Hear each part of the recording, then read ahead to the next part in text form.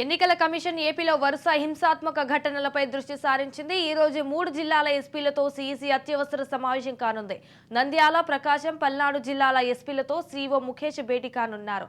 ఆళ్లగడ్డ, గిద్దలూరు, మాచర్లలో హింసాత్మక ఘటనలపై 3 జిల్లాల ఎస్పీలు వివరణ ఇవ్వనున్నారు.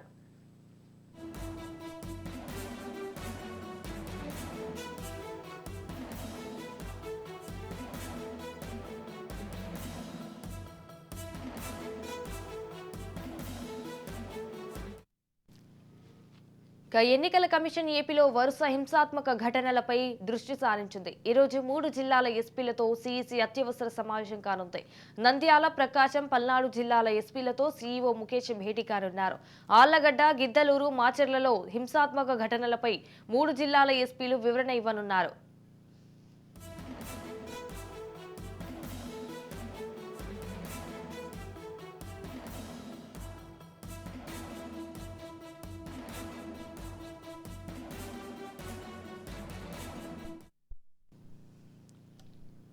ఎన్నికల కమిషన్ ఏపీలో వరుస హింసాత్మక ఘటనలపై దృష్టి సారించింది. ఈ రోజు 3 జిల్లాల ఎస్పీలతో సీఈసీ అత్యవసర సమావేశం కానుంది. నంద్యాల, ప్రకాశం, పల్నాడు జిల్లాల ఎస్పీలతో సీఈఓ ముఖేష్ భేటీ కానున్నారు. ఆళ్లగడ్డ, గిద్దలూరు, మాచర్లలో హింసాత్మక ఘటనలపై 3 జిల్లాల ఎస్పీలు వివరణ ఇవ్వనున్నారు. రైట్ గా దీనిపై పూర్తి సమాచారం మా ప్రతినిధి రమేష్ ఫోన్ ఇన్ ద్వారా అందిస్తారు. రమేష్, చెప్పండి.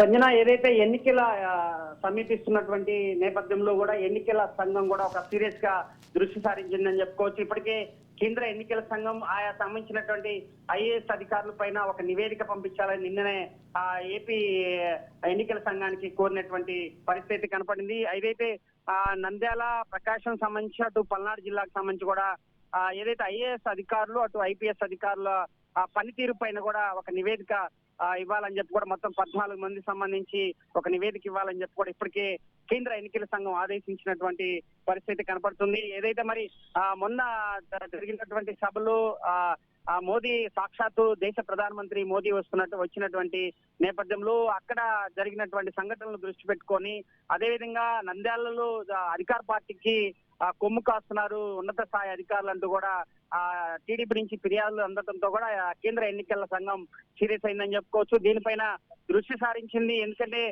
సార్వత్రిక ఎన్నికలు దగ్గర పడుతున్నటువంటి నేపథ్యంలో ఎన్నికల అధికారుల పైన ఒక నమ్మకం కలిగించే విధంగా ఓటర్లకి స్వచ్ఛందంగా ఓటు వేసే విధంగా కూడా ఆయా సంబంధించినటువంటి అధికారులకు ఇప్పటికే ఒక దిశానిర్దేశాన్ని ఇచ్చినటువంటి కేంద్ర ఎన్నికల సంఘం ఎక్కడ ఉన్నటువంటి రాష్ట్ర ఎన్నికల అధికారి మీనా కూడా ఎప్పటికప్పుడు కూడా ఆ అధికారులను అప్రమత్తం చేస్తున్నారు. ఏదైతే ఎన్నికల కోడ్ అమలు అయిన దగ్గర నుంచి కూడా అధికారులు అటు కింద స్థాయి అధికారుల నుంచి పెద్ద స్థాయి అధికారుల వరకు కూడా ఆ ఎన్నికల విధులు ఏ విధంగా నిర్వహించాలని కూడా ఒక దిశానిర్దేశం ఇచ్చినటువంటి పరిస్థితి కనపడుతుంది. ఆ దశగానే ఈ రోజు ఇక్కడ ముఖ్య నేతలతో ఏదైతే ప్రకాశం అదేవిధంగా నంద్యాల అటు కర్నూలుకు సంబంధించి ఇటు పల్నాడుకు సంబంధించినటువంటి అధికారులతో ఈ రోజు భేటీ కొనసాగే అవకాశం ఉంది. దీనిపైన పూర్తిగా ఏదైతే కేంద్ర ఎన్నికల సంఘం అడిగినటువంటి వివరణకి సంబంధించి కూడా వీరితో చర్చించే అవకాశం అయితే కనపడుతుంది. ఏది ఏమైనా ఎన్నికల కోడ్ వచ్చిన తర్వాత ఖచ్చితంగా అటు ఐఏఎస్ ఐపీఎస్ అధికారుల పైన పూర్తిగా ఎన్నికల సంఘం దృష్టి సారించిందని చెప్పుకోవచ్చు. రానున్నటువంటి ఎన్నికలలో ఖచ్చితంగా పారదర్శకంగా ఎన్నికలు జరగాలి. మొత్తం 7 విడతలు ఎన్నికలు జరుగుతున్నటువంటి నేపథ్యంలో ఏపీలో 4వ విడతలో ఎన్నికలు జరిగే అవకాశం ఉన్నటువంటి పరిస్థితుల్లో ఖచ్చితంగా పారదర్శకంగా అటు ఎన్నికలు జరపడమే కాకుండా ప్రజల్లో ఎన్నికల సంఘంపై ఒక నమ్మకాన్ని కలిగించాలని చెప్పి కూడా ఎన్నికల సంఘం దృష్టి సారిస్తుందని చెప్పుకో ఆ దశగానే ఈ రోజు సమావేశం కొనసాగుతుంది.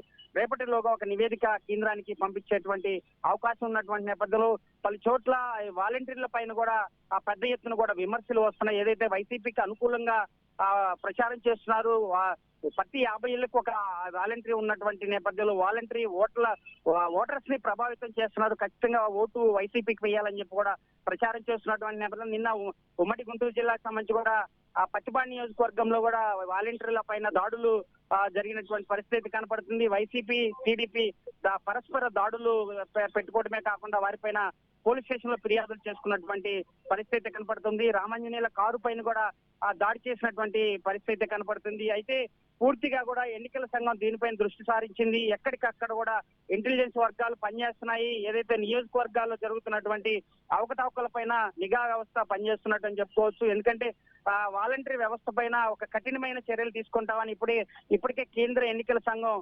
ఆదేశించింది. ఇటు రాష్ట్ర ఎన్నికల సంఘం కూడా ఎప్పటికప్పుడు కూడా వాలంటీర్లకి ఖచ్చితంగా విధుల్లో పాల్గొనొద్దు, ఖచ్చితంగా ఏదైతే మరి ఎన్నికల సంఘం ఇచ్చినటువంటి ఆదేశాల మేరకే నడుచుకోవాలని చెప్పి కూడా వాలంటీర్లకి సూచించినటువంటి నేపథ్యంలో అవన్నీ కూడా పట్టించుకున్నటువంటి పరిస్థితి. వైసీపీ నాయకులు పూర్తి స్థాయిలో వాలంటరీ వ్యవస్థ ద్వారాగా ఓటర్ని ప్రభావితం చేసే విధంగా ముందుకెళ్తున్నటువంటి నేపథ్యంలో అదే సమయంలో టీడీపీకి సంబంధించినటువంటి నేతలు కూడా అడ్డుకుంటున్నటువంటి పరిస్థితి. ఈ క్రమంలోనే ప్రతి దాడులు తలెత్తుతున్నాయని చెప్పుకోవచ్చు. వీటన్నిటిపైన పూర్తిగా అధికారులకు దేశాన్ని ఇచ్చే అవకాశం ఉన్నటువంటి నేపథ్యంలో ఎప్పటికప్పుడు కేంద్ర ఎన్నికల సంఘం ఇటు రాష్ట్ర ఎన్నికల సంఘం కూడా అధికారుల పైన దృష్టి సారించి ఏ అధికారి అయితే అటు అధికార పార్టీకి కానీ అటు విపక్షాలకు కానీ ఖచ్చితంగా పని చేస్తే మాత్రం వేటు పడే అవకాశం అయితే ఖచ్చితంగా కనపడుతుంది సంజన.